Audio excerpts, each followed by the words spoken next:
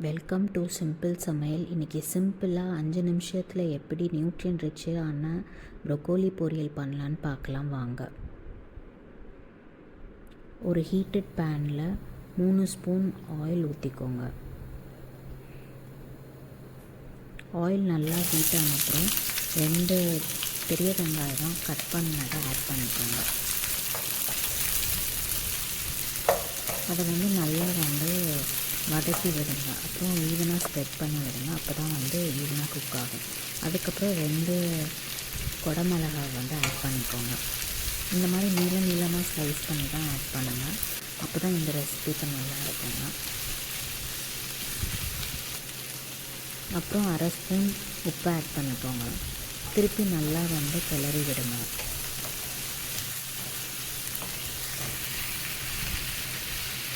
நல்லா வாஷ் பண்ணால் broccoli add பண்ணிக்கோங்க.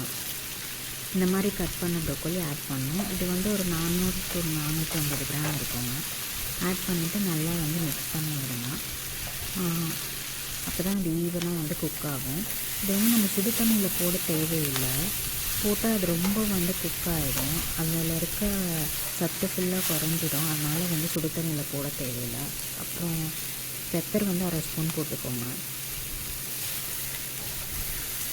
அதை நல்லா மிக்ஸ் பண்ணி விடுங்க.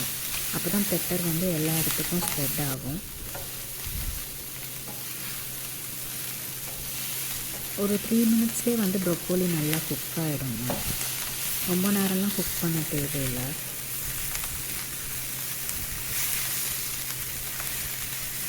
இந்த மாதிரி ஆனியன் கலர் டர்ன் ஆன அப்புறம்